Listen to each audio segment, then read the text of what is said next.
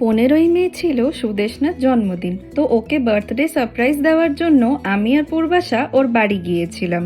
আর আমাদের birthday surprise দেওয়া মানে অ্যাজ ইফ আমরা কোনো মিশনে যাচ্ছি। যাই হোক, তো আমরা সুদেষ্ণাকে সারপ্রাইজ দিতে গিয়ে নিজেরাই শক হয়ে গেছিলাম, কারণ ম্যাডাম তো তখন সুন্দর নাক ডেকে ঘুমোচ্ছিল। তো ঠিক এই ব্যাপারটার সুযোগ নিয়ে আমরা ঘরে ডেকোরেশনটা কমপ্লিট করে নিয়েছিলাম। তারপর যা হলো, ফুল কমেডি। এমনভাবে সুদেষ্ণাকে ঘুম থেকে তোলা হলো, ও নিজেই বুঝতে পারেনি যে ও স্বপ্ন দেখছে নাকি এই পুরো ব্যাপারটাই সত্যি।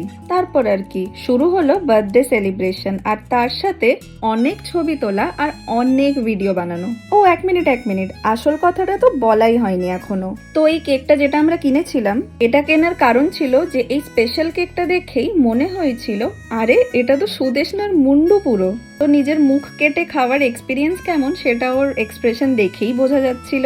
তবে হ্যাঁ, আমরা সবাই অনেক আনন্দ করেছি। বার্থডে সেলিব্রেশন হয়ে যাওয়ার পর আঙ্কেল আন্টি আমাদের জন্য কত কিছু খাবার আয়োজন করেছিল। আর সুদেষ্ণার ভাই সেদিন বাড়িতে ছিল না, বাট শুরু থেকেই ও আমাদের এই পুরো প্ল্যানে ইনভলভ ছিল। তো ওভারঅল আমাদের সন্ধ্যেবেলা সময়টা বেশ ভালোই কেটেছিল। আর আজকের ব্লগটা এতটুকুই। দেখা হচ্ছে নেক্সট ব্লগে। And if you like this video, please subscribe to my channel. Thanks for watching. By.